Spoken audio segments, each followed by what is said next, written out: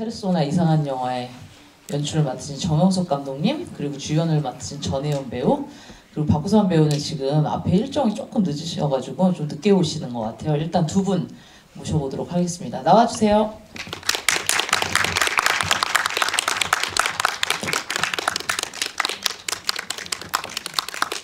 안녕하세요.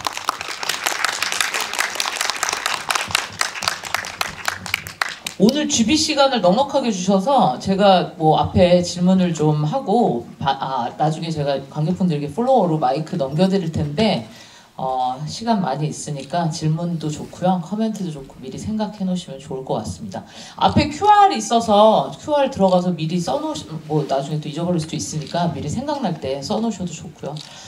일단 이 영화를 저는 전주에서 공개됐을 때 뭐 그때 보지 못했지만 그 이후로 계속 알고 있던 영화라 사실은 개봉이 좀 뭐 빨랐다고는 할 수 없는데 감독님 인사 말씀과 그리고 영화 뭐 오늘 뭐 일단 시사에서 보셨겠지만 오랜만에 영화 공개하는 소감 말씀, 그리고 전혜연 배우는 첫 주연이시잖아요. 그래서 쥐비나 이런 것들도 뭐 새로우실 수 있을 것 같은데 인사 말씀, 소감 말씀 여쭙겠습니다.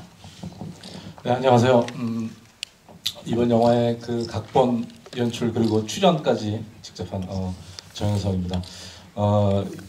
요즘 같은 그 어수선한 이럴 때 영화 보실 마음이 쉽지 않을 텐데 그럼에도 불구하고 이렇게 또 영화 보러 찾아주셔서 너무 감사드리고 이 사이즈의 영화들이 항상 그렇죠. 개봉을 하는 게 만드는 것도 어렵지만 또 개봉하기도 어려운데 운이 좋게 또 저희 배급사 이렇게 분께서 많이 도와주셔가지고 이 영화를 개봉하게 돼서 또 이렇게 여러분들과 만날 수 있게 돼서 굉장히 기쁘고 감사합니다. 네.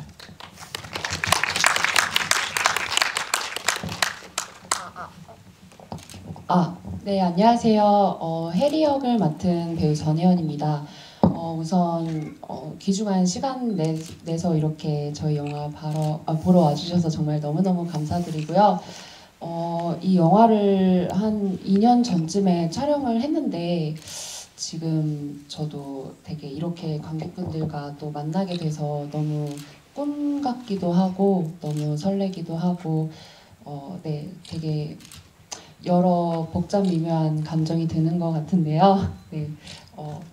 네, 재밌게 잘 봐주셨길 네, 감사합니다. 저희 그 전혜연 배우가 이 GV를 거의 처음 하다시피 해가지고 굉장히 긴장하고 떨고 있는데 여러분들께서 박수 한번 더 주시면 감사합니다. 감사합니다. 파이팅. 사실 제가 이 영화를 저는 3년 전인가 뭐 그때 감독님 덕분에 이제 그때 먼저 보게 됐는데 제목을 봤을 때 페르소나 이상한 여자라는, 사실 잉마르 베르만의 페르소나라는 영화도 있고 그리고 사실 넷플릭스 영화 중에 또 페르소나라는 또 제목을 가진 영화도 있었잖아요. 그래서 사실은 뭐 존재하는 제목이긴 하지만 그래도 흥미롭기는 했어요. 여기 또 부제가 붙었기 때문에 감독님 이 제목 어떻게 짓게 되신 건지, 그리고 혹시 다른 후보지들은 없었는지 궁금하네요. 애초에 제목은 이제 첫 제목은 이상한 여자였어요. 그냥 이상한 여자로만 했었는데 이 제목이 이제 영화의 어떤 그 굉장히 압축되는 그 어떤 뭐랄까 인상이라든가 내용에 대한 어떤 그런 이미지를 주기 때문에, 근데 사실은 이 영화가 그 이상한 여자라는 그 하나의 이미지랑 어떤 좀 뭐라고 할까나 선입견? 너무 갇힌다고 해야 되나요? 이제 그렇게 줄 것 같은 좀 걱정도 됐고, 그래서 이 영화를 좀 더 표현할 수 있는 것들이 뭘까 이제 생각하다가 극 중에서 이제 페르소나가 사실 어떤 그 가면이라든가 의미도 있기도 하지만 또 분신의 의미도 있기도 하고, 그래서 이 제목을 이 영화에게 좀 들어오는 게 훨씬 더 다양한 어떤 해석이라든가 이제 이해하는 데 좀 도움이 될 수 있을까 이제 붙였고요. 근데 막상 그 보신 분들이 이상한 여자라는 것에 많이 꽂히지 페르소나에는 그렇게 크게 깊이 생각을 안 하시는 것 같아요. 그러다 보니까 영화를 언뜻 이해를 못하고 넘어가는 분들이 많으신데, 제가 개인적으로 이제 한번 반대로 물어보고 싶은 게, 전주에서도 상영할 때 똑같은 질문을 한번 드렸었거든요. 이 영화를 솔직히 이해를 다 하셨는지. 그랬더니 관객분들이 다 이해했다고 하셨는데 이게 현실과 비현실이 왔다 갔다 한다는 걸 또 생각보다 이해를 못 하시는 분들이 많아가지고 오늘 보신 분들은 다 이해하셨나요? 네. 현실과 비현실이 이게 혼재돼서 막 왔다 갔다 한다는 걸 다 이해하셨을 거라 저는 믿겠습니다. 네. 전혜연 배우는 어땠어요? 이 처음에 아까 말씀하신 대로 또 관객분 질문도 이미 주신 것 같은데 첫 장편이잖아요. 네. 처음에 시나리오 받았을 때 기분이 어땠나요?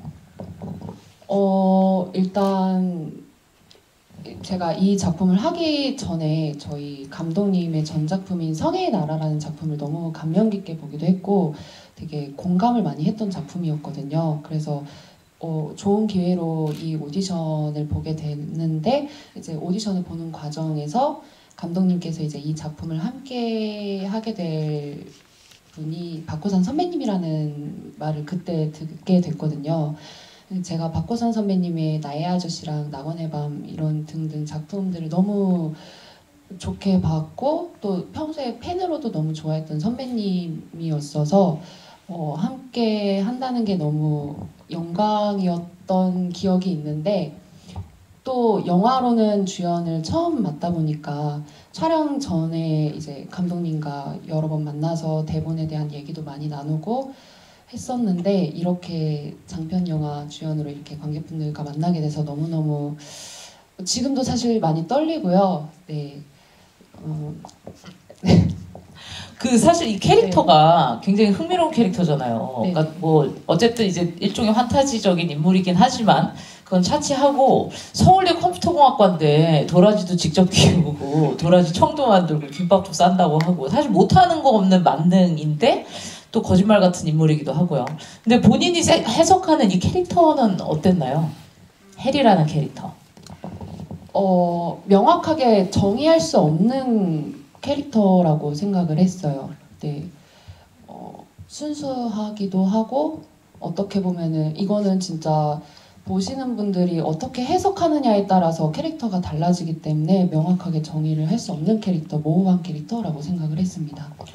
사실 그 감독님에 대한 이력을 아시는 분들이 더 많을 거라는 생각이 드는데 오늘 오신 관객분들 중에 사실 감독님은 뭐 영화도 하시고 연극도 하시는 분이시잖아요. 그러니까 여기서 이제 어떻게 보면 해리 같은 인물일 수도 있는 거죠. 이쪽도 하고 저쪽도 하는. 근데 감독님 이 영화를 보면 사실은 정말 그렇다. 그러니까 현실과 판타지가 계속 교차하는 지점들이 있어요. 근데 이 영화 구상하실 때 어떤 결정적인 연극판에 사건이 있었었는지 혹은 뭐 어떻게 이 이야기의 시초가 시작이 됐는지 궁금하네요. 특별한 뭐 사건이 있었다기보다는 극 중에서 이제 결국은 헬이라는 인물이 혜영의 이제 페르소나라고 할 수가 있잖아요. 자신의 모습이 투영된 자기가 이제 꾸민 극 중에 이제 써내려간 작품 속에 이제 혜리라는 인물을 만들어서 자기 모습이 투영됐듯이 이제 혜영이라는 인물은 역시 마찬가지로 이제 제가 또 제 모습이 투영된 인물인데 그 안에서 그 스토리에 있는 일들은 실제로 저희가 이제 현장에서 현실에서 겪었던 에피소드가 많이 이제 들어와 있기도 하고 이제 이것의 시작은 실제로 이제 저희가 공연 연습을 하다가 어떤 그 또래 여배우가 이제 같이 작업을 했는데 그냥 연습 중간에 잠깐 쉬는 시간이었는지 연습 때였는지 어딘가를 한 곳을 이렇게 멍하니 이렇게 쳐다보고 있는 걸 제가 봤어요. 그래서 그 친구를 이렇게 보고 있는데 저 친구는 무슨 생각을 할까 되게 궁금하더라고요. 그냥 또 흔히 말하는 MZ 세대라고 할 수 있는데 저희 세대가 생각하는 MZ 세대는 참 잘 뭐랄까 많이 궁금하거든요. 그래서 저 친구는 무슨 생각을 하고 있나라는 그거에서 시작이 된 거예요. 그거에서 이제 시작이 돼서 이제 이야기를 만들어 나갔던 거였고 이런 식의 스토리를 해야 되겠다라고 한 거지 큰 사건이 어떤 계기가 되지는 않았어요. 그래서 이제 제목도 이제 이상한 여자라고 나온 게 애초에 그 인물의 캐릭터에서 시초가 되다 보니까 그렇게 시작이 된 거죠 이제. 사실 성의 나라를 이제 감독님의 두 번째 작품이죠. 그 네. 이전이 여수밤바다였으니까요. 감독님이 아마 장편 기준으로는 한 5편 정도 만드신 게 맞죠? 근데 보면 이제 성의 나라도 흑백이었고 지금 이 작품도 흑백이잖아요. 그리고 나머지 이제 컬러 작품인데 감독님이 생각하시는 어떤 이거는 흑백이 더 어울리겠다, 컬러가 더 어울리겠다 하는 이런 기준들이 있으신가요? 아무래도 이제 그 사건보다는 인물을 중심으로 이제 인물을 따라가는 이제 어떤 구조 그런 구성을 이제 많이 취할 때 그 인물의 이제 특히 이제 내면이겠죠. 그 내면에 이제 많이 따라갈 때 기술적으로 영화적으로 이제 뭐 혹시 말하면 이제 편집을 많이 하잖아요. 이제 편집을 많이 하게 되면 연출자가 많이 개입을 하는 거죠. 따지면 많이 개입을 하고 어떤 연출자의 어떤 그 의도라든가 이것들 개입된 것들이 많이 만들어지는데 그것보다는 이제 저는 롱테이크를 이제 많이 쓰는 편이죠. 그런 영화들에서. 근데 롱테이크를 쓰면서 들어가는 어떤 구조상에서 칼라보다는 이제 흑백이 조금 더 유리한 부분이 있고 사실은 이제 역으로 생각하면 롱테이크가 많이 쓰는 영화들의 칼라가 이렇게 좀 잘 어울리지는 않는 것 같아요. 왜냐하면 이제 칼라는 사실 정보가 많이 관객 입장에서 굉장히 많은 정보가 들어오는 거거든요. 칼라라는 것은 인물 외에도 그 뒤에 어떤 미술이나 여러 가지 것들이 눈에 같이 들어오기 때문에 그런데 이제 앞서도 말씀드렸지만 인물을 따라가다 보면 인물 중심에게 이제 포커스가 많이 가려면 흑백이 칼라보다는 조금 유리한 지점도 있고 그것과 더불어서 이제 저희가 갖고 있는 이야기 자체가 현실과 비현실이라는 어떤 경계에 왔다 갔다 하면서 조금 모호하고 또 판타지적인 요소들이 칼라보다는 이제 흑백에 조금 더 어울리는 이제 그런 의도 때문에 하게 됐는데 만들고 나서도 또 약간 고민을 했어요. 칼라에 대한 왜냐하면 흑백이 만들어 놓고 잘 안 팔리거든요. 냉정히 따지면 극장에서도 별로 좋아하지 않고 여러 가지 흑백을 좀 요즘은 많이 기피를 하다 보니까 그래서 그런 문제 때문에라도 그러면 칼라를 해야 되나라는 고민이 있어서 두 가지를 놓고 봤는데 역시나 이 영화는 흑백이 더 어울린다라는 저도 그렇고 주변에 모니터링했던 분들이 또 이게 더 좋다 해서 이제 흑백을 하게 됐죠. 이건 뭐 제 개인적인 얘기인데 그 이준익 감독이 자산어보를 만드시고 나서 말씀하셨던 것 중에 하나가 영화를 흑백으로 빼면은 굉장히 많은 그 제작비를 절약을 할 수가 있다. 뭐 소품이나 이런 것들을 상대적으로 덜 신경을 써도 되기 때문에 뭐 이런 말씀을 하셨는데 그거는 사실이 아닌가요, 그럼? 그 얘기까지는 하고 싶지 않았는데 맞습니다. 절반은 그 부분이 고려가 된 게 맞아요. 그래서 저희 조명도 안 쓰고 뭘로. 근데 실제로 그 색보정을 하기는 흑백이 더 어려워요. 칼라보다는. 근데 어차피 제작 과정에서는 비용이 줄니까 그래서 이제 뭐 그것도 한번 그것까지는 숨기고 싶었는데. 그럼 앞으로 또 흑백 영화가 나올 수도 있다는 얘기네요. 앞으로 언젠가는. 네, 그럴 것 같습니다. 이 영화가 사실 본인의 얼굴로 시작해서 본인의 얼굴로 닫잖아요. 세연 배우 입장에서. 그리고 중간중간 또 클로즈업도 굉장히 많고 해서 혹시 이런 그 느닷없는 그 카메라의 클로즈업들이나 이런 것들이 부담스럽진 않았나요? 전혀 그런 거에 대해서는 부담이 전혀 없었고요. 네. 그냥 일단 연기에만 계속 집중하면서 했던 것 같아요. 그런 거에 대한 부담은 하나도 없었어요. 오늘 보니까 오늘 안 보셨으면 어쨌든 최근에 보셨다면 오늘 네. 봤어요. 네. 오늘 보니까 본인 얼굴 장면 중에 뭐가 제일 마음에 들어요? 제가 담배를 안 펴요. 그러다 보니까 제가 담배 피는 모습을 제가 보는 것도 너무 신선하기도 하고 재밌기도 하고 이게 과연 담배를 잘 피시는 분들이 보셨을 때 잘 피시는 분들 어떤 건가요? 생활화돼 있는 분들이 보셨을 때 과연 자연스러울까 굉장히 연습을 많이 했거든요. 이게 익숙해지지가 않더라고요. 그래서 그런 거. 근데 제가 보기에는 전혀 몰랐었어요. 그런가요? 감사합니다. 그게 칭찬인지 모르겠지만 흡연인인 줄 알았어요. 진짜요? 그만큼 연기를 잘 하셨다는 거잖아요. 굉장히 연습을 많이 했어요. 근데 또 중독이 돼버릴까봐 금연초로 많이 연습을 했었어요. 네. 그 여배우의 클로즈업 얼굴을 말씀하셔서 제가 사실 보면서 미안한 게 그 첫 장면 보시면은 얼굴이 처음 크게 나오잖아요. 제가 볼 때마다 시골 촌에서 올라온 것 같은 사실 굉장히 놀랐습니다. 네, 굉장히 메이크업도 없고 그냥 얼굴이 굉장히 칙칙하고 여배우 얼굴이라고 할 수가 없는 어떤 너무 그런 모습이 저도 보면서 깜짝깜짝 내가 좀 왜 예쁘게 찍어줄 걸. 그러니까 그랬으면 좋겠다 전 싶은데 예뻤어요.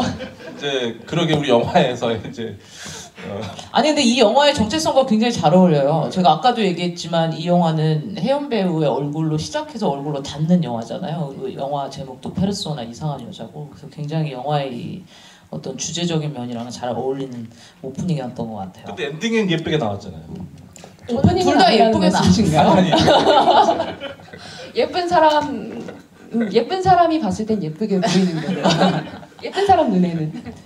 이 영화의 이제 그 이야기 상에서 사실은 해리가 서울대 컴퓨터학과라는 게 굉장히 큰 이슈가 되잖아요. 혹은 또 그게 아니라는 것도 큰 이슈가 되고.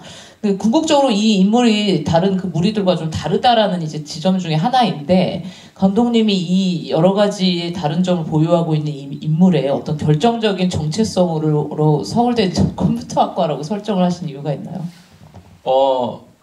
이 작품에 나와 있는 에피소드나 인물들은 실제로 제가 현실에서 한 90% 이상이 체험하고 있었던 일이다 보니까 제가 오래전에 이제 지금도 연출을 하고 있지만은 어떤 조연출을 하겠다고 직접 찾아왔던 그 분이 계세요. 근데 그 젊은 그 친구가 카이스트 컴퓨터공학과였어요. 그가 얘기하기를 그랬던 거죠. 예, 아니, 실제로? 실제로 실제로. 실제로 카이스트 컴퓨터공학과인데 이 친구는 고등학교 때 영재고등학교를 나오고 부모님이 두 분 다 대학 교수님이시고 그냥 쉽게 말하면 아주 굉장히 뛰어난 영재인데 실제로 왔어요. 이제 그 연출을 배우고 싶다 와가지고 그래서 진짜로 저희 공연계 쪽에서 그랬죠. 와 이렇게 똑똑한 친구가 왜 더군다나 또 이제 연극은 좀 인문 쪽인데 전혀 다른 쪽에서 와서 그래서 그러니까 그 친구가 이제 모티브가 된 것도 있고 그런데 한 작품하고 이제 결국은 돌아가게 됐는데 굉장히 저희 지금도 현재되는 그 에피소드 크게 많아요. 사건들이 많아가지고 연습 과정에서 굉장히 잘했어요. 역시 컴퓨터 공학과답게 정말 모든 게 철저하게 계산과 이런 것들이 다 돼서 시간까지 돼서 연습 과정에서 굉장히 들어맞았는데 공연에서 이제 사고를 많이 치셨죠. 공연은 되게 올라가면 라이브잖아요. 이제 보통 이제 연출이 오퍼부터 시작을 하거든요. 오퍼레이트를 시작을 하면 이제 조명 인아웃 시키고 음향 인아웃을 시켜야 되는데 공연이라는 게 매 공연이 다르잖아요. 이게 타이밍이 조금씩 무대에서 환경이. 근데 이 친구는 그 큐시트에 리허설 때 했던 그 타임을 정확히 써놓고 그거를 공연 때 똑같이 그거를 하는 거예요. 그러면 당연히 안 맞죠, 사실은. 매 순간이 다른데. 근데 저희 공연이 해필 어떤 그 스릴러 이런 극이어가지고 극 중에 막 그 사람도 죽고 그러면 시체가 있고 이러는 건데 보통 그렇잖아요. 이제 시체가 바닥에 누워서 암전하면 이제 암전 사이에 배우들은 퇴장을 해야 되잖아요. 그런데 이제 이 친구가 그 타이밍을 자기가 쏘는 타이밍대로만 하다 보니까 그냥 딱 올려버리는데 이제 늦게 나가야 되는 상황이 아직 못 나가고 있는데 이제 갑자기 조명이 들어오니까 이제 시체가 갑자기 조명이 서서 이거 어떻게 될 줄 모르는 이 당황하고 이런 일이 되다 보니까 갑자기 그게 코미디가 돼버렸는데 이런 일들이 되게 여러 차례 벌어졌어요. 그래서 결국은 본인도 느끼고 그래서 이제 결국은 끝나고 지금은 괜찮아요. 저 강남에 게임 회사 들어가가지고 아주 잘 하고 있어요. 이제. 근데 궁극적으로는 그는 이제 그 위조를 하지는 않았던 뭐 그런 캐릭터이긴 하네요. 사실 이 영화 제가 전에 듣기로는 회차가 되게 적었다고 알고 있거든요. 그래서 대사량도 많고 해서 혜연 배우가 쉽지 않았겠다라는 생각을 했는데 혹시 촬영하는 과정에서 그리고 제가 보기에는 대사량이 꽤 많은 것 같거든요. 혹시 대사량이 많았거나 아니면 혹은 다른 요인으로 좀 힘들었던 지점은 있었나요? 그 영화를 보시다 보면 이제 톨스토이에 대해서도 이게 얘기를 하는 장면이 있는데 그게 사실 단어들이 저는 사실 익숙지가 않아서 그게 대사화해서 내뱉는 게 살짝 조금 어려움이 있었고요. 대사량은 사실 어려운 거는 크게 없었던 것 같아요. 계속 대본을 보다 보면 자연스럽게 익혀지기도 해서 네, 저한테 이 영화는 촬영하면서 가장 어렵기도 했고 힘들었던 장면은 담배 피우는 씬이 꽤 많죠. 그리고 맞아. 그래서 그거 촬영할 때 되게 네, 엄청 같이 했는데 감독님과 같이 제가 했는데 찝쩍거리는 씬. 네, 그래서 그거랑 이제 은정 선배님이랑 이제 방은희 선배님이랑 같이 레스토랑에서 하는 씬이 있었는데 그게 사실 몰입을 해야 되는 씬이라고 저는 생각을 해서 좀 많이 긴장도 했는데 이제 선배님이 앞에서 이제 많이 도와주셔서 네, 그랬습니다. 아까 제가 살짝 미리 봤는데 관객분들 질문도 있고 해서 제 다음 작품은 감독님의 주인공이시잖아요. 아직 공개가 되지 않았지만 제가 살짝 미리 본. 근데 이 작품도 본인이 했었어도 되지 않았을까? 왜냐면 본인의 역할이기도 하고. 근데 그 의사 역을 또 너무 잘하시는 거예요. 어떻게 보면 약간은 추잡한 그런 의사 역이잖아요. 노블리제, 뭐 오블리제 이런 얘기 할 때도 그렇고. 근데 그 역할은 감독님이 처음부터 이건 내가 할 것이다라고 이제 쓰신 전혀요. 것인지. 혹은 주연을 원래는 뭐 감독님이 하려고 하셨던 건지 아니면 뭐 이 캐스팅에 대한 전반의 얘기를 해주시면 좋을 것 같아요. 사실은 저희가 이제 그 책자가 짧은 시간 안에 찍다 보니까 제가 출연까지 하기에는 집중을 하기가 쉽지 않아서 출연을 안 하려고 했는데 그 원래 그 박 원장 역할도 이제 처음에 다른 배우가 이제 하기로 돼 있었어요. 그런데 이제 촬영 한 며칠 앞두고 갑자기 이 친구가 이 큰 그 뭐랄까 아픈 상황이 돼가지고 못 찍게 됐어요. 그래서 급하게 이제 다른 배우를 막 찾아야 되는 상황에서 제가 우리 박거산 배우한테도 야 주변에 있으면 빨리 좀 찾아 추천 좀 해봐 했더니 갑자기 여기 있잖아요. 그러면서 어디 있어? 그랬더니 여기 이렇게 하는 바람에 그때 사실 저 굉장히 기분 나빴어요 진짜. 제가 굉장히 그때 제가 막 화를 냈어요. 제가. 왜냐면 아니 내가 그런 이미지란 말이야? 그렇게 보인단 말이야? 박 원장 그렇게?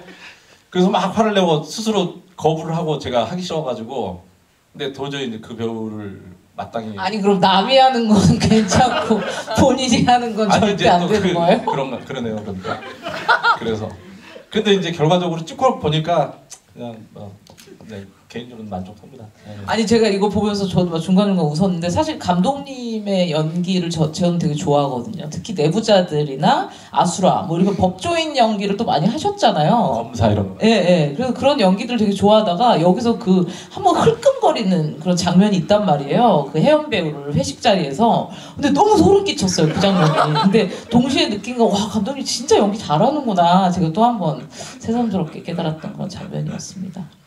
그 느낌을 아니까 한 거죠. 네. 연기입니다, 연기.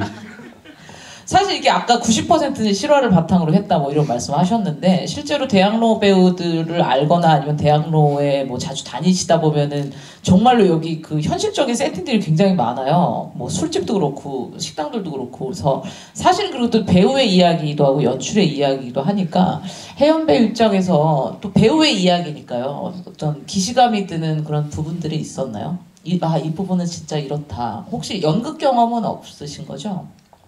네, 연극은 아직 경험을 해보지 않았고요. 그 장면은 그 대사 중에 이제 해리가 하는 대사가 있는데 다른 무대에서 다른 삶을 살아볼 수 있어서 재밌어 보인다, 해보고 싶다 배우. 그런 말들이 저한테는 공감이 갔던 게 제가 배우라는 꿈을 가지게 된 것도 사실 드라마나 영화를 보면은 다양한 인물들이 있잖아요. 그 인물을 연기하는 배우분들을 보면 어쩔 때는 사람을 살리는 의사 역할이 되기도 하고 또 어쩔 때는 또 조선시대로 가서 중전마마가 되기도 하고 또 암 판정을 받아서 시한부 인생으로서 삶을 되돌이켜보는 그런 역할도 돼보고 약간 그런 점이 배우라는 직업 저한테는 되게 매력적으로 다가왔기도 했고 해서 제가 배우라는 꿈을 가지게 됐는데 그런 부분에 있어서는 해리 역할이랑 굉장히 흡사했던 장면이고 부분이었던 것 같아요. 네. 이 사실 뭐 크레딧까지 보셨으면 아셨을 텐데 이 영화의 음악을 모그 감독이 했거든요. 뭐 대한민국 영화 음악을 대표하는 아티스트 중에 한 명이죠. 근데 주로 이제 상업 영화를 하시는 분이니까 독립 영화에서 음악이 어떻게 나올까 저도 보기 전에 되게 기대를 많이 했었단 말이에요. 근데 제가 이 영화를 보고 모그 감독 음악을 들었을 때 느꼈던 건 모그 감독님 진짜 자유롭게 작업을 했구나. 사실 상업 영화, 큰 영화를 할 때는 본인이 하고 싶은 걸 다 할 수 없었을 텐데 감독의 요구를 많이 맞춰야 되고 중간에 많이 고쳐야 될 것이고 근데 여기서는 정말 자기가 좋아하는 걸 한 것 같다라는 느낌이 들었었어요. 근데 그 모그 감독과의 뭐 어떤 시작과 그런 작업 과정이 궁금해요. 이제 그 전에 한번 기회가 되면 같이 한번 하자고 그런 얘기를 했었는데 어떻게 이제 뭐 여러 가지 잘 타이밍도 맞고 그래서 이제 제안을 넣고 그래서 사실은 대본을 보내고 나서 이제 왜냐면 본인이 또 대본을 보고 이제 거기에 대한 그게 와야 할 수 있는 거니까 또 아니면 안 하잖아요. 근데 뭐 또 함께 한다고 그래서 이제 근데 사실 음악에 대해서 어떤 그 주문 같은 건 저는 넣지는 않았어요. 사실은 그냥 하고 싶은 대로 해라고 본인이 해석하는 이 시나리오에 대한 하고 싶은 대로 하고 제가 어떤 주문을 넣지도 않았고 그냥 본인이 만든 음악을 그대로 받아가지고 내용도 그래서 본인이 다 입힌 거죠. 사실은 이제 신뢰한 것도 있었고 근데 사실은 처음에 음악 받았을 때도 당황했어요. 뭐지? 그러니까 그냥 안 붙어서 영화랑? 네 느낄 거예요. 그러니까 제가 그래서 아까 자유롭게 하신 것 같다라는 표현이 좀 든 게 약간 이제 좀 별개로 뜬다라기보다 그러니까 좀 양가적인 부분이 있죠. 그래서 처음에 뭐지? 그러니까 그냥 우리가 어떻게 생각하면 그 머릿속에 떠오르는 저도 이제 머릿속에 생각하는 음악이 있었는데 아예 장르 자체가 다른 음악을 오니까 처음에 당황을 했는데 그리고 나서 이거를 이게 진짜 당황했어요. 지금 와서 바꿀 수도 없고 그러니까 마음에 안 드셨다는 거죠 처음에? 처음에는 마음에 안 들었다기보다 그냥 당황한 거예요. 진짜로 저 생각잖아요. 그래서 이거를 2번, 3번 들었는데 알겠는 거예요. 그래서 지금은 이제 그때 GV 때도 같이 집을 한 적이 있는데 천재가 맞다. 진짜로 저희 영화를 굉장히 저는 그래서 업그레이드 시켜줬다고 생각을 해요. 그러니까 본인의 해석을 입혀준 건데 저는 그 해석이 맞고 안 맞다고 틀리다의 문제가 아니라 본인의 해석을 그렇게 입혀줘서 한 것이 저한테는 굉장히 만족스러운 거였어요. 그래서 이거를 또 다른 시각으로 볼 수 있게끔 해준 것들 역시 천재구나라고 생각을 했죠. 네.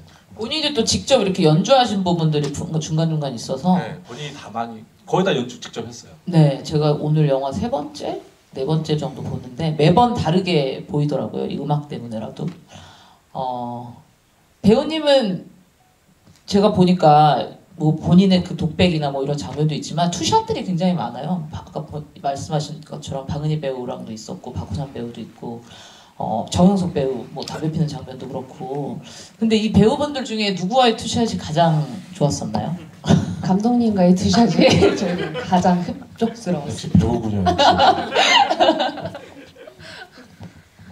사실 이 영화에서 막 중요하게 많이 부각이 되진 않지만 이 배우들이 지금 연습하고 있는 작품이 칼리귤라라는 작품이잖아요. 까미의. 근데 사실 저는 이 틴토 브라스의 칼리귤라라는 그 옛날 영화밖에 생각을 못 해가지고 이 어떤 연극적인 맥락에서의 칼리귤라라는 작품에 대해서 잘은 모르는데 분명히 선택하신 이유가 있을 것 같아요. 그러니까 이 영화의 밑바탕이 이제 어떤 그 부조리라는 거가 저변에 깔고 들어가는 거죠. 사실은 주인공 혜영이 처해 있는 삶의 어떤 그 주변의 배경들이 부조리한 상황에 놓여 있는 인물이다 보니까 이제 까미의 3대 부조리격이 있죠. 그 중에서 이제 그 칼리굴라하고 이방인을 갖고 온 게 이 인물에 처해 있는 상황에 대한 어떤 대비되는 그런 이제 그 묘사하기 위해서 극중극 그리고 현실적인 거를 가지고 온 거죠, 사실은. 그래서 이제 앞부분에서는 극 중에 그래서 이제 여러 가지 뭐 칼리가 달을 딴다 이런 얘기들은 극 중에서 쓰여지는 그 용도로 쓰여지는 거예요. 그 사실은 근데 이 까미의 이야기 그 책을 갖고 온 이유는 그런 내용을 굉장히 깊이 막 이거를 이해하고 막 이걸 뭐 분석하는 것보다는 애초에 이 영화의 이제 의도가 되게 여러 가지 이제 좀 조금 뿌려놓는다고 저는 생각을 해요. 그 의도가 조금씩 뿌려놓고, 왜냐하면 사실 요즘 사실 까미를 모르는 관객들도 사실 굉장히 많을 거라고 생각을 해요. 이방인의 그 대표적인 책도 모르는 사람이 꽤 많을 건데, 이런 영화를 통해서 부조리라는 거가 뭐냐 도대체, 그게 뭐냐라고 한 번 정도는 궁금해서 찾아봤으면 싶은 게 사실 그 의도가 있어요, 사실은. 그래서 그런 것들 한번 찾아보고 그게 뭘까라는 건 최소한 뭐 그런 의도로서 쓰여지는 거지, 뭐 굉장히 큰 의미를 깊이 갖고 뭐 그걸 집어넣거나 하진 않았어요, 이게. 사실 이 영화가 굉장히 그 블랙 코미디적인 요소가 많잖아요. 그래서 박수 배워 봤습니다.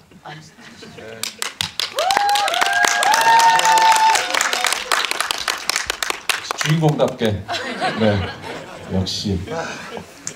지금 마저 하던 질문을 마저 드리겠습니다. 그래서 아까 막 관객분들 많이 웃고 막 그러셨는데, 제가 개인적으로 제일 좀 재밌었던 부분은 처음 회식 씬이었던 것 같은데, 거기서 뭐 연극은 예술은 뭐라고 생각하니? 하고 막 굉장히 진지하게 서로 대화를 나누는 장면이 있잖아요. 근데 저는 그 장면이 사실 너무 웃겼거든요. 그러니까 예컨대 영화인들이 만나서 술자리에서 넌 영화가 뭐라고 생각하니? 이런 대화를 절대 나누지 않으니까. 그래서 그게 일종의 패러디적인 순간이었는지, 아니면 정말로 이제 감독님 입장에서는 필요한 어떤 대화라고 생각을 하셨었던 건지 궁금했어요. 실제로 안 나눠요. 연극판에 그런 얘기들 안 하거든요. 그런 얘기 안 하는데 이제 영화적으로 그런 얘기를 두 가지의 마음이죠. 그래도 연극판에서 하는 사람들이 맨날 술 먹고 그러니까 시끄러워하니 그런 얘기도 한번 나눴으면 싶은 게 하나 있고, 또 반대로 이제 관객분들한테 이런 얘기들 정도 우리가 살면서 그런 얘기들은 좀 나누면서 조금씩 한 번씩이라도 좀 대화를 하면 어떨까 하고, 이제 똑같은 그 앞서 말하는 그런 의도, 뭐 까미 얘기처럼 한번 던져놓고 한 번 정도 생각해봐라, 이제 그런 의도가 들어있는 거죠. 감독님은 실제로 나누시나요? 그래서 저는 그런 얘기를 하는 너는 걸 영화가 뭐 예술이 뭐라고 생각하니? 저는 그런 얘기 하는 걸 좋아하는데 갑자기 술자리 하기가 싫어지네. 싫어하더라고요, 다들. 꼰대라고 그러고. 예. 아, 늦게 오셨으니까 일단 관객분들에게 인사. 예, 안녕하세요. 안녕하세요. 해영 역을 맡았던 배우 박구산입니다. 죄송합니다. 아까 이제 늦게 오셔서 못 여쭤본 질문들이 이제 몇 개가 있는데, 그 중에 하나는 저희가 이제 제목 얘기를 했었는데, 처음에 이 시나리오 받았을 때 어떤 느낌과, 그리고 제가 보건대 여태까지 박구선 배우가 하셨던 작품들과는 어떻게 보면 굉장히 반대의 역이잖아요. 그러니까 주로 분출을 많이 하는 역을 하셨단 말이죠. 그리고 제가 타임코드를 처음에 찍어가면서 이제 주로 영화를 보는데, 아마 러닝타임 30분 지날 때까지 대사가 1개 나오나 뭐 2개 나오나 그랬을 거예요. 그러니까 상대적으로 굉장히 말이 없는 캐릭터인 거죠. 그래서 이번 캐릭터는 또 어떻게 해석을 하셨는지 궁금하네요. 사실 뭐 맞아요. 제가 여지껏 맡았던 역할하고 다르긴 하지만 제 주변에 가장 많이 보는 캐릭터이기도 했어요.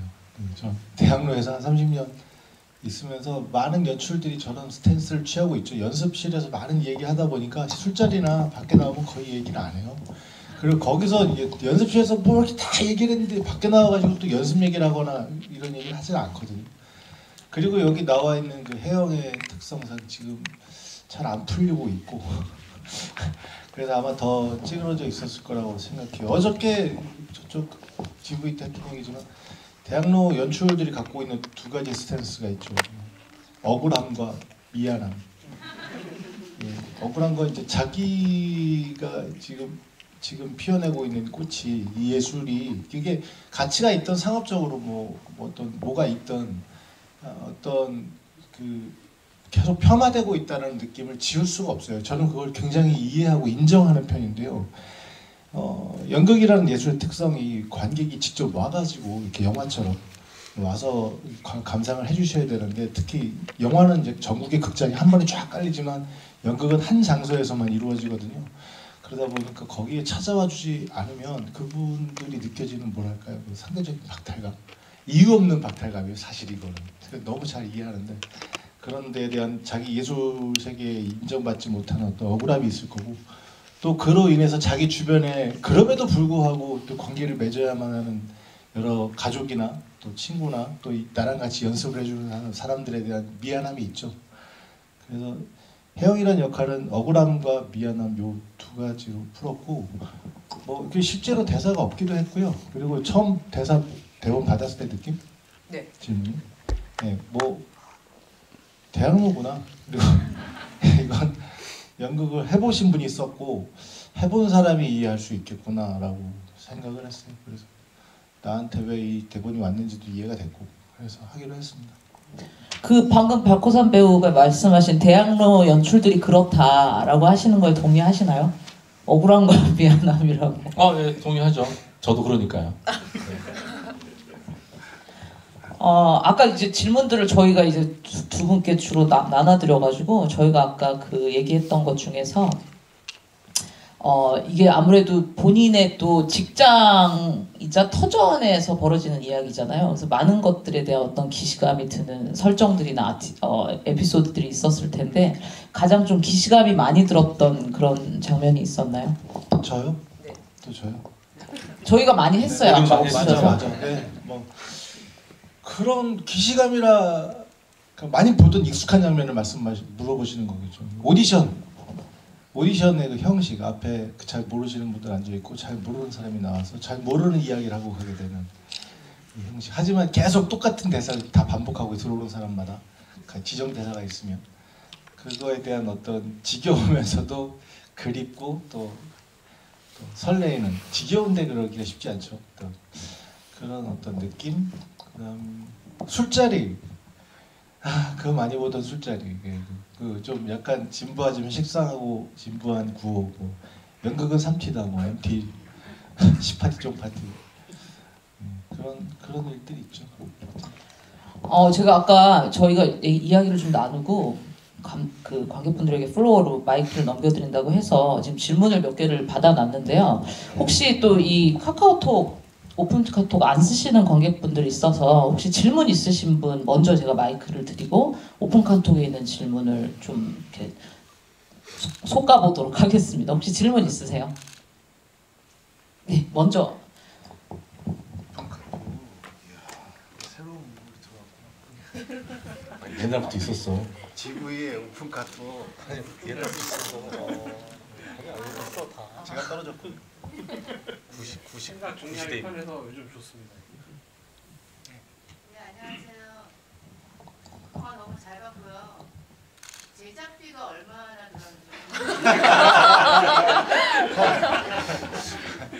들었는지. 제가 GB하면서 이런 질문을 처음 들어봤어요. 제작비.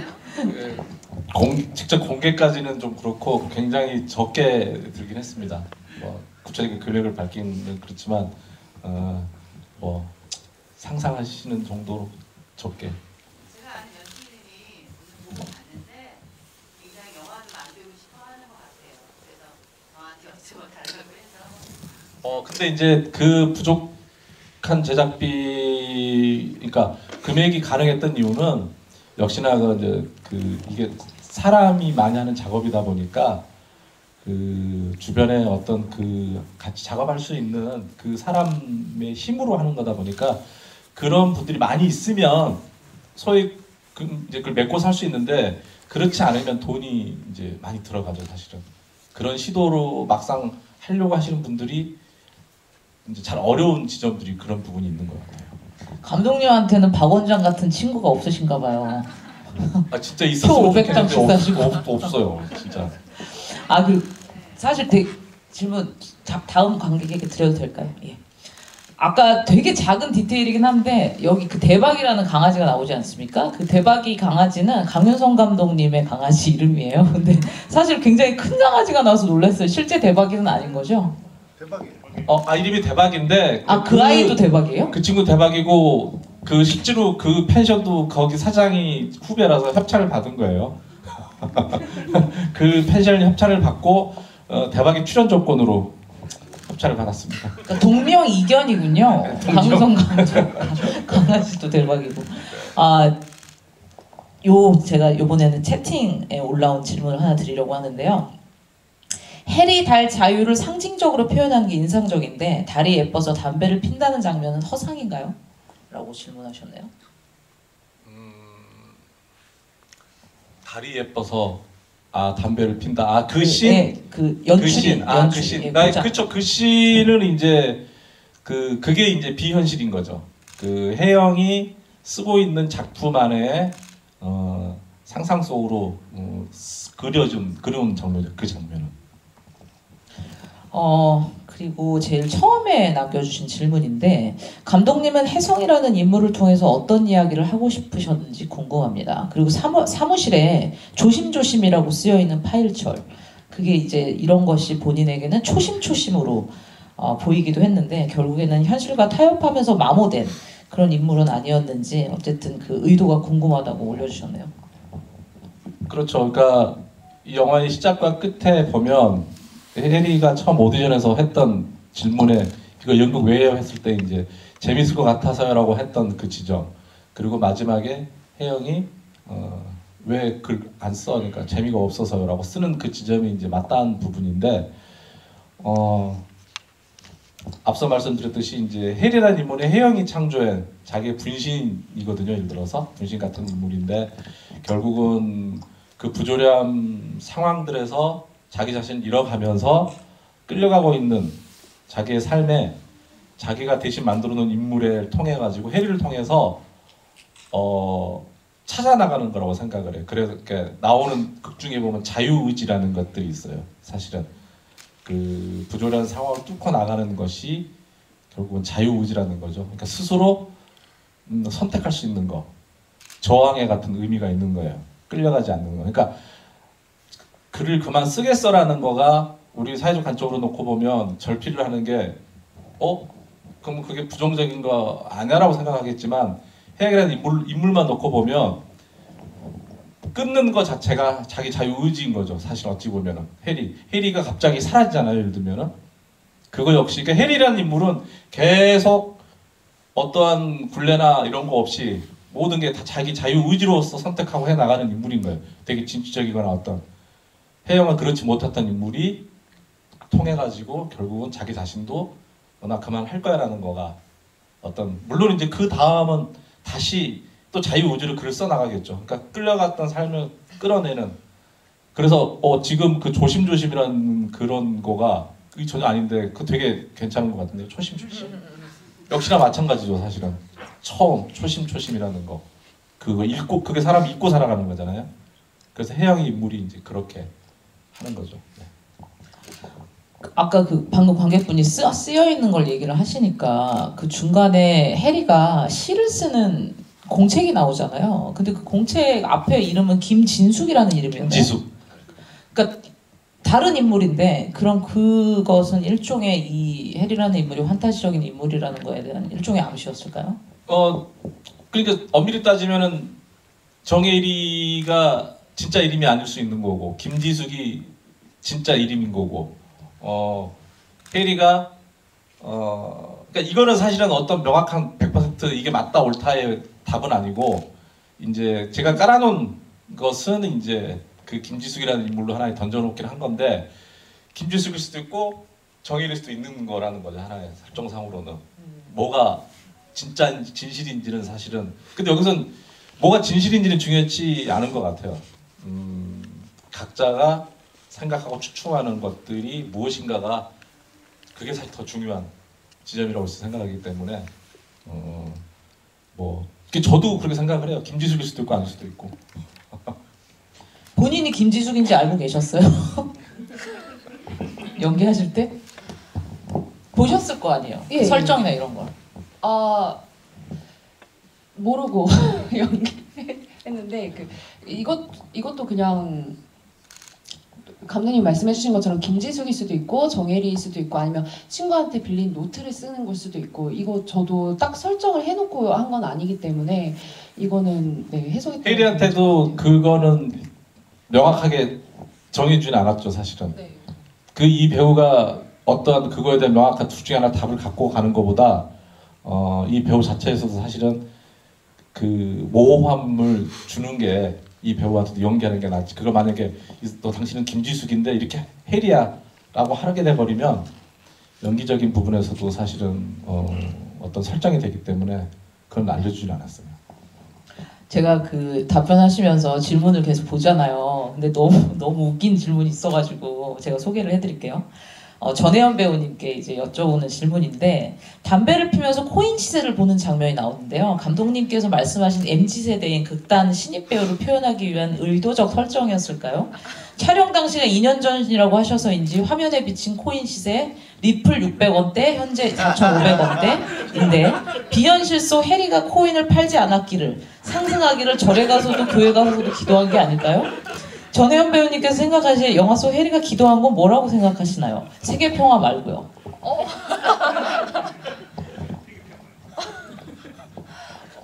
일단 감독님이 먼저 대답하시고. 아니 그리고 코인은 제가 설정해준 거라서 이제 사실은 뭐 본인 아닌데 이제 저도 그거 보면서 다시 2년 만에 보면서 그때 그걸 좀 사둘 걸 리플이 그 영화 제작비로 그걸 샀으면 사실 성의 나라 때 코인을 샀었어요.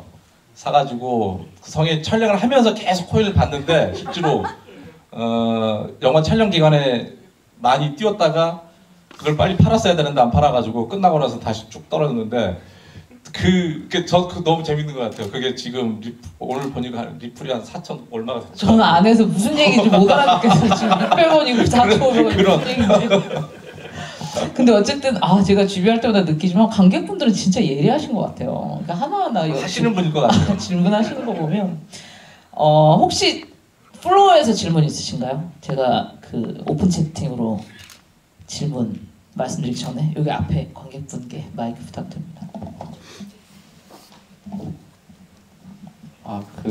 제가 그냥 영화 보다가 조금 이상한 장면이 있었는데 그냥 이상한가 보다 하고 넘어갔었다가 그 카이스트 분 에피소드를 말씀해 주셨고 혹시나 해서 생각난 건데 그 소리랑 그 화면이 좀 안 맞는 장면이 좀 눈에 띄게 한 군데 있었는데 일부러 넣으신 건지 궁금해서 그 와인잔 따르는 장면에 딸기 전에 따르는 소리가 먼저 조금 나서 그거는 그게 넣은 게 아니라 원래 실제로 리얼하게 하면은 이게 따르기 전에 안에서 나오는 소리가 실제로 그렇게 나는 소리예요.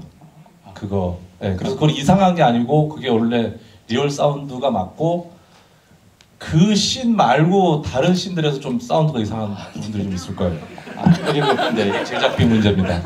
그 담배 피는 장면에서 굳이 그 금연 로고 밑에서 담배를 피는 장면도 조금 이색적이었거든요. 그거는 이제 아싸 했어요.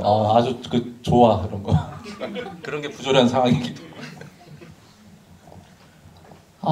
이번에는 질문과 코멘트가 같이 있는데요. 클로즈업이 가장 좋아했던 순간이 있었는데요. 엔딩이에요. 혜연 배우님 얼굴 좌우 느낌이 다르더라고요. 그게 정말 페르소나 같은 느낌이었습니다.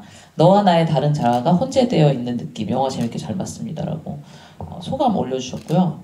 그리고 이번에는 이제 질문인데 영화 초반에는 혜연 배우가 박호산 배우를 옥상에서 담배 피며 바라봤는데 후반에는 반대로 박호산 배우가 같은 구도에서 담배를 피며 내다보는 그런 대칭 구도의 연출 이유가 궁금합니다. 그때 호산 배우는 혜연 배우를 바라봤을까요? 그리고 여기 PS가 있는데요. 담배를 가장 기쁠 때 혹은 슬플 때 핀다고 했는데 그 캐릭터가 이제 그런 대사를 하잖아요.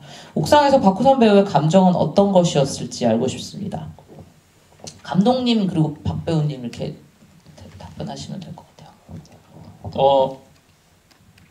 그 서로 다르게 바라보는 지점이 있죠. 이 내용이 굉장히 많이 혼재되어 있는 거잖아요. 현실과 비현실이 있고 그리고 그 사이에 중첩되어 있는 장면들이 있어요. 예를 들어서 그러니까 이제 카페라는 공간은 실제적인 현실의 공간인 거고 그리고 그 혜영이 해리를 그러니까 카페 알바상은 이제 해리가 아니잖아요. 해리가 아니고 혜영이 잘 모르는 그냥 전혀 낯선 카페 안에 있는 전혀 알 수 없는 낯선 공간에 있는 사람인데 그걸 바라보는 혜영이 이제 바라보는 지점이 있고 반대로 이제 그 해리가 혜영을 바라보는 거는 이제 그 모든 시는 판타지죠 사실은 혜영이 만들어낸 장면이기 때문에 그 서로 다른 이제 어떤 이미 공간 현실과 비현실이 다른 구도에서 오는 이제 설정의 상황이 있어서 이제 그렇게 만든 지점이 있고 결국은 뭐냐면 그 쳐다본다라는 사이에는 경계가 이제 이루어지고 있거든요. 그래서 그 경계 너머 안에서의 대칭적인 그러니까 보시면은 나중에 혹시 또 보시게 되면 그런 대칭적인 구도가 꽤 많이 장면들에 들어 있어요. 이제 그런 대칭적인 구도를 이제 사이사이 써놓은 부분 이렇게 이용한 지점들이 있고 뭐였죠? 그리고 그 다음 질문. 담배를 옥상에서 왜 피냐? 일단은 그것부터 좀 정리를 할게요. 어제도 보니까 좀 헷갈려 하시는 부분이 현실과 비현실 그리고 혼재되어 있는 그 중간에 이게 왜 헷갈리냐면은 그 양쪽의 상황에 나오는 등장인물이 똑같고 등장인물의 캐릭터까지 같아 버리니까 이게 해리가 나왔다고 무조건 비현실? 그건 맞죠. 근데 빠졌을 때 이게 현실인지 비현실인지 헷갈리는 거예요. 근데 사실 상관없어요. 왜냐하면 지금 이 혜영이라는 작가는 현실을 기반으로 해서 이 글을 쓰고 있거든요. 그래서 거기 나오는 사람들이 다 그대로 나오기 때문에 여러분 헷갈리시는 건데 이 영화는 사실 그 헷갈려도 문제는 없고 혜영이는 그러면 이제 오디션 오늘 조연출이 안 나온 날이잖아요. 그 담배 피는 마지막 장면이. 근데 그거는 사실 그러면 비현실로 봐야 되느냐 아니면은 이게 그런 걸 구상하고 있는 혜영으로 봐야 되느냐 그 두 가지가 있잖아요. 그래서 그런 부분들 그 장면이 바로 그 헷갈리는 그 장면이죠. 만일 이게 극중에 자기가 쓰고 있는 작품의 그거라면 이걸 글로 쓰는 장면이다라고 일단 그 혜영이 나도 약간 말이 헷갈리는 건데 이게 극중의 장면이라면 오늘 있었던 일 정리를 하겠죠. 원래 보통 담배는 이렇게 좀 이렇게 막 객관화시킬 때 피잖아요. 자기 좀 그 사건에서 좀 나와 있거나 하면서 아마 이제 오늘 안 나와 있는 상황에 대한 그 소외 이런 것들에 대한 느낌으로 담배 폈을 거고 그거가 아닌 현실에서의 그 연출 혜영의 입장이라면 요걸로 요런 식으로 끌어가 볼까? 아니 뭐 이런 느낌일 것 같아요. 그래서 양쪽이 다 어떤 생각을 하고 있는 혜영에 대한 장면이고 좀 두 개의 공통점을 객관화시켜서 보려고 하는 그런 느낌으로 연기했어요. 아까 사실 제가 드리고 싶었던 질문인데 마이크를 또 넘겨드려야 되니까 제가 안 했던 질문을 관객분이 해주신 게 있어요. 감독님 전작 성애의 나라 감명을 받고 여운이 길게 남았는데 뭐 흑백으로 연출한 이유 이건 아까 말씀하셨으니까 그 다음 이어서 말씀하신 게 성애의 나라 같은 경우 지극히 현실적인 청춘의 단상을 보여주었다면 이번 작품에서는 다소 비현실적인 장면들 혹은 현실과 거리를 둔 설정들 그러니까 사실 지금 감독님의 영화의 이전 영화들의 톤과 굉장히 다르거든요. 어떻게 보면 굉장히 용기가 필요했을 것 같기도 하고 그러니까 이게 일종의 초현실적인 엔딩을 제시를 하신 거잖아요. 그러니까 명쾌하지 않은 어떻게 보면 근데 요번이 이제 그런 이전작들과 다른 그런 이유를 궁금하다고 하셨네요. 그런데 이제 영화의 어떤 장르나 풀어나가는 그 어떤 형식이 이제 판타지적인 요소가 있다 뿐이지 실제로 성애와 이 영화는 되게 닮은 영화라고 저는 생각을 하고 맞닿아 있는 영화라고 생각을 해요. 왜냐하면 결국은 이 영화에서 크게 하고 싶은 가장 큰 메시지나 핵심은 앞서 말씀드린 그 자유의지라는 부분이거든요. 어떤 하나의 저항이라고 해야 되나? 성애가 마지막에 선택을 하잖아요. 그냥 예를 들면 영화 성화는 이제 안 보신 분들도 계시서 잘 모를 수 있겠지만 성애가 마지막에 그냥 그 어떤 연금만 받거나 일하지 않을 거야라는 그 선택이 결국은 역설적으로 얘기하면 굉장히 역설적인 하나의 이 사회에 대한 역시 성애도 부조리한 상황에 놓여 있는 저항이거든요. 일하지 않을 권리, 나 하지 않을 내 권리, 나는 하지 않겠어라는 굉장히 큰 하나의 저항이라는 선택을 하는 부분인 거고 역시 이 작품에서 혜영 마찬가지로 절필이라는 선택을 통해 가지고 내 스스로가 저항의 의미이기도 한 거예요. 결국은 둘 다의 자유의지라는 지점이 큰 지점에서는 닿는 이야기인 거죠, 사실은. 그러니까 제가 하고 싶었던 지점은 사실 그 두 가지는 그 지점이 있는 거예요. 다만 영화를 풀어나가는 하나의 어떤 장르적 형식 이것이 이제 좀 판타지일 뿐이지. 그래서 사실은 뭐 서로 다르지 않은 영화라고 저는 그렇게 생각을 하고 있어요. 또 주신 질문 중에 하나가요. 의심은 의심을 낳는다라는 표현이 생각나는 영화입니다. 사람이 타인에 의해 의심을 하기 시작하면 어디까지 할 수 있는가? 그런 것이 영화의 기획 의도 중에 하나였는지 궁금하고 엔딩 부분에서 보여줬던 이방이라는 책 아까 말씀하셨지만 감독님께서 보여주고 하는 이 영화의 연결고리 전혀 책을 전혀 어울릴 것 같지 않은 한 이방인이 들어오면서 벌어지는 의미와도 일종의 중의적인 의미가 있는지 그렇게 물어보셨네요. 이제 맞게 보셨어요. 결국 앞서 말씀드린 처해 있는 부조리라는 어떤 그 배경 속에서 놓여 있는 천 인물의 어떤 선택이나 이런 것들이 되게 중의적으로 맞닿아 있는 지점이 있죠. 그래서 사실은 그걸 이제 의도적으로 쓴 지점인 거고, 그리고 또 실제로 뭐 이방인이라는 표현이 그 까메 그 책에서의 이방인이라는 것도 있죠. 우리가 또 생각하는 일상에서 그냥 또 이방인 하면 또 다른 외부에서 어떤 섞이지 않은 인물의 어떤 그 의미로도 쓰기도 하기 때문에 어떤 그런 여러 가지 복합적인 의도로 쓴 부분이 있고, 그리고 앞에 뭐였죠? 앞에 했던 게 먼저. 요즘 자꾸 깜빡깜빡해가지고. 의심. 그렇죠. 당연히 그 들어간 거죠. 사실 이 작품에서 얘기했던 지점들이라는 게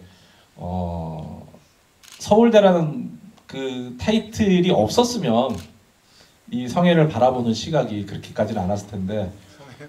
성현, 죄송합니다. 제가 오락가락합니다.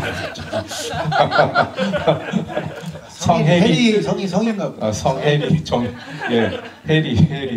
해리에게 그게 벗겼더라면 아마 그런 시각을 안 봤을 거예요. 근데 이제 저희가 삶에서 역시 그런 경우들이 굉장히 많잖아요, 사실은. 어떤 게 그러니까 뭐 그런 관점들, 어떤 사물이나 사람이나 봤을 때 그런 시각 자체도 역시 그것도 앞서 말씀드린 부조리라는 거야 닿아 있는 지점이기 때문에, 그래서 어떤 그런 것들이 다 의도를 담아서 만들어낸 것들이죠. 저희가 지금 이제 하나 마지막 질문 받을 수 있을 것 같은데요. 이번 질문은 플로어에서 받기로 하겠습니다. 마지막 질문의 주인공이 되실 관객분. 없으면 좀 하고 싶어요. 예.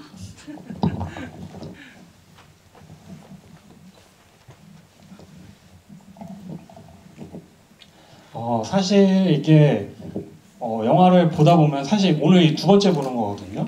근데 처음에 봤을 때는 이게 흑백이라는 거에 대해서 계속 인식하고 갔죠. 중간에 언제 컬러로 바뀔까? 그 장면이 나올까? 하면서 보다가 근데 첫 번째 봤을 때는 영화에 몰입하느냐고 이게 정확히 기억이 안 나는 거예요. 바뀌었었나? 안 바뀌었었나 정확히 기억이 안 나가지고 오늘 볼 때는 이 부분을 꼭 놓치지 말고 제대로 봐야겠다 하고 이제 봤는데 끝까지 흑백이긴 했는데 제가 처음에 봤을 때는 흑백이었던 것 같긴 한데 중간에 뭔가 컬러로 바뀌는 듯한 느낌을 받았었거든요, 영화를 보면서. 근데 이제 오늘 두 번째 보니까 그 엔딩 장면에서 어쨌든 그 혜영이라는 인물이 결국은 자기가 내가 이제 이렇게 내가 재미없고 내가 현실과 타협했던 부분은 하지 않을 거야 하면 이렇게 끝을 내지만, 또 반대로 이제는 내가 하고 싶었던 걸 쓸 거고 나는 다른 모습을 보여줄 거야. 내가 원했던 재밌는 걸 내가 원하는 걸 할 거야. 글을 쓸 거야 하는 장면을 보면서 내가 이래서 그 약간 컬러적인 느낌을 이 부분에서 받았구나 하면서 이제 그 다음 엔딩이 여기서 끝나지만 그 다음 결말이 이제 다른 시작이 됐을 때는 이제 컬러 장면을 하면 이 부분이 참 좋겠다 이런 느낌이 들었는데, 혹시 감독님도 있던 뭐 흑백으로 하긴 했지만 요 부분에 있어서 약간 그런 느낌을 주고 싶으셨는지 그게 좀 궁금합니다. 실제로 어떤 장면에서는 뭐 컬러를 활용하는 게 어떠냐라는 그런 의견이 있기는 했었어요. 예를 들어서 이제 뭐 현실과 판타지 부분을 서로 나눴을 때 어떤 거는 현실은 컬러로 가고 판타지는 흑백으로 가면 어떻겠느냐라는 그런 의견도 있기도 했었는데, 그 의미인 것 같아요. 저는 사실 이 작품이 명확하게 어떤 색깔을 갖고 드러나는 거를 애초에 이제 의도하지는 않았거든요. 이 작품이 보여지기를 명확하기보다는 그냥 명확하지 않게 보여지기를 이제 사실 원했던 거였기 때문에. 근데 감독님 아까 사실은 제작비 절감도 큰 이유가 있었다라고 네. 말씀하셨는데, 그럼 제작비 많으셨어도 흑백으로 하셨을 거예요? 훨씬 더 많았어도? 예, 그렇죠. 제작비가 많았어도 흑백을 했을 것 같고, 대신에 이제 더 좋은 사운드와 더 좋은 화질을 했을 것 같긴 해요. 그 점은 아쉽죠, 사실은. 역시 이 영화의 애초에 이제 구도, 뭐 여러 상황들이 흑백이 가장 어울려서 이제 그렇게 의도한 거라, 칼라에 대한 고민이 있었는데, 역시나 흑백으로 가는 게 맞고, 그리고 이 영화에게 그 가장 제 의도가 사실 제일 가장 들어있는 부분은 컬러가 이제 들어오면 많이 흐트러지는, 그래서 이제 사실은 뭐 100% 흑백으로 한 거죠. 굉장히 저는 오늘 좀 약간 특권 의식 같은 걸 느끼고 있는데, 감독님 일반적으로 쥐비 끝날 때 다음 작품 소개해 주세요 뭐 이런 질문 하지 않습니까? 근데 저는 이미 감독님의 다음 작품을 봤어요. 올해 전주국제영화제에서 공개를 했었고, 작년. 예, 작년이죠. 이제는 작년이 됐죠. 영화로 만들려고라는 작품이고 굉장히 비슷한 면이 많아요. 근데 거기서는 이제 연출이 아니라 감독으로 이제 등장을 하시고, 이번 영화는 또 주인공으로 등장을 하시는데, 마지막으로 지금 뭐 그 작품 소개도 좋고요. 아니면 지금 하시는 작품, 그리고 배우분들도 지금 하시는 작품 혹은 예전 작품들, 그리고 마지막 인사까지 같이 부탁드리겠습니다. 네, 먼저 이제 마침 다음 작품 말씀해 주셔서 아마 빠르면 올 상반기쯤에 이제 개봉을 할 수 있을 것 같고 하기를 이제 바라는 작품입니다. 칼라 영화입니다. 네, 칼라입니다. 그 작품은 제가 직접 또 이제 주연까지 하는 건데, 혹시 여수밤바다를 보신 분이 계신지 모르겠지만 여수밤바다의 속편이에요. 속편처럼 만든 영화라서 뭐 조금은 재밌는 약간 코미디적인 성격이 갖고 있는 거라 지금보다 훨씬 그냥 재밌게 보실 수 있을 거예요. 전혀 부담 없이. 그래서 혹시라도 이제 그 영화 개봉하게 되면 많이들 봐주시면 감사하겠고, 덧붙여서 이제 마지막으로 이 영화에 조금 더 말씀을 드리면, 개인적으로는 이 영화가 저는 저 역시도 어떤 답을 갖고 있지는 않아요. 이 영화를 어떤 답을 있었으면 싶은 만든 영화는 아니고, 반대로 관객분들한테 질문을 던지는 영화. 관객분들한테 질문을 던져서 관객분들이 저마다의 어떤 답을 좀, 서로 다른 해석과 답을 찾았으면 싶어서 만든 영화이기 때문에 이 영화에 대해서 많은 궁금증을 좀 갖고 또 나름대로 저마다 해석을 했으면 싶은 이제 의도가 있는 작품이고요.